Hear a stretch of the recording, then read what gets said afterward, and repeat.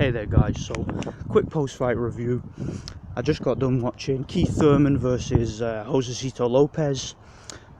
This fight turned out to be a much more entertaining and much better fight than I was expecting.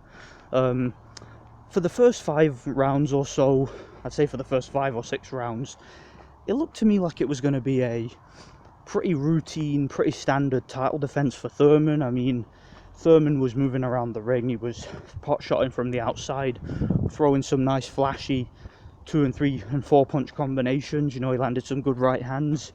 Josesito Lopez to me was very predictable in there. He was walking forward, you know, just following Thurman around the ring. Clearly he was very crude and very predictable, just throwing hooks and missing. There wasn't really any head movement, wasn't really much body work. So I was watching the fight kind of thinking, I was like, well, Thurman's got the knockdown, he's winning all these rounds, surely he's just going to win this fight all the way.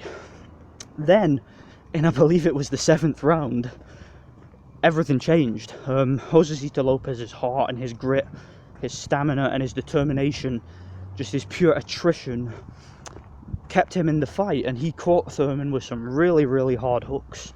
Eventually all that effort and hard work paid off. So yeah, he caught Thurman. Thurman kind of lost his defenses to me. I don't think he was really out on his feet, but I think what happened was he kind of stiffened up a bit. You know, when he got caught, it was kind of like when Amir Khan got caught by Marcus Maidana. You remember that? And then even though he was staying on his feet and he was taking up the punishment and not going down, he was so stiff, like he couldn't get out of the way of the shots. He took consecutive punches. It was kind of like that. It reminded me of that. And yeah, Thurman showed a pretty good chin, but he also showed a lack of defense, in my opinion. He showed that under pressure he's very vulnerable. So had Josesito Lopez been a bigger puncher, you know, because he's not known as being a big puncher, at least not by world-class welterweight standards. There are certainly much bigger punchers out there. I think that Thurman may come unstuck if he's in that same situation against a bigger puncher, so that's something to think about.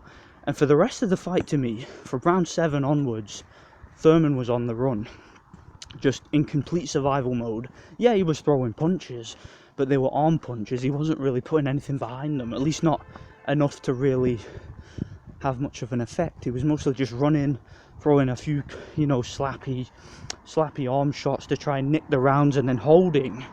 And you could see from Thurman's reaction, the way he acted after the fight, the way he was in the last couple of rounds, he was just glad the fight was over.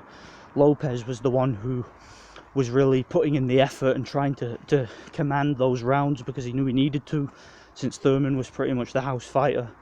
And Thurman wins by a majority decision. One of the judges, I think it was like 117-109, way too wide in my opinion, especially when you consider that Lopez clearly won several of the later rounds, including the 7th round, which you could have given him a 10-8. But I still thought that Thurman did enough to win the fight. I mean, he had a big enough lead early on. I just don't think it was a wide win. I think it was a bit of a lack of respect from the judges, if you ask me, for Lopez, but whatever. It was a win for Thurman, and I'm sure a win is all that matters to him, so he gets the win.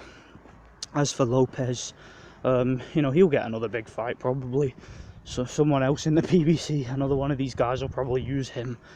One of these guys will probably see him as a way to sort of measure up their skills against Thurman's. But as for Thurman, I want to ask you guys, do you guys think that any of the other champions at welterweight, or any top contenders, you think of guys like Manny Pacquiao or Errol Spence Jr. or Kell Brook or Sean Porter or Terence Crawford, of course, any one of those guys, do you think any one of those guys would have had trouble with Josesito Lopez the way that Keith Thurman did? Because if I'm being totally honest, I don't think so at all.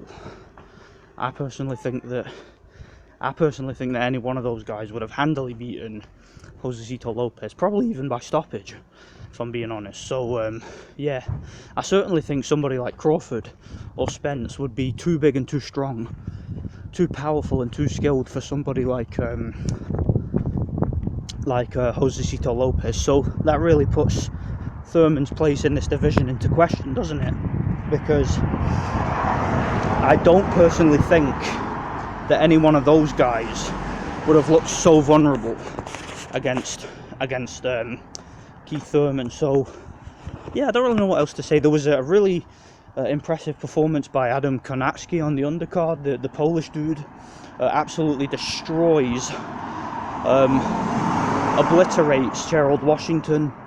And what was interesting about that one to me was, you look at Gerald Washington, he's this former college football player, a guy who I believe was in all sorts of sports like basketball and whatnot, a guy who's a big, muscular, in shape, athletic, strong, powerful bodybuilder type guy, a guy who you'd look at and you'd say, oh, I don't want to fuck with that guy, I don't want to mess with that guy, he's hard.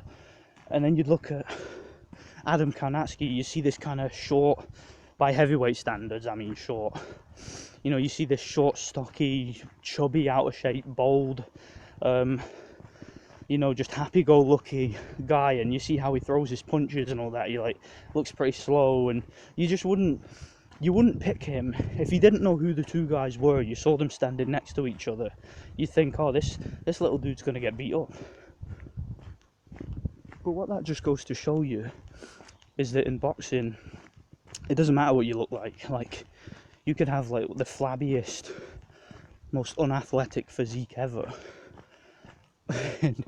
but if you know how to fight, if you've got like that inbuilt confidence, that inbuilt fighting spirit, that inbuilt durability, then that gives you the advantage against somebody who is maybe more athletically gifted than you, but who's a guy who's privileged, who hasn't really come from a fighting background, he comes from a football background. So that just goes to show you that it's not all about muscles and athleticism and your genes. It's also just, boxing's more so mental, and about mental toughness and mental durability. So that's another one to think about. So let me know what you think. Thanks for watching.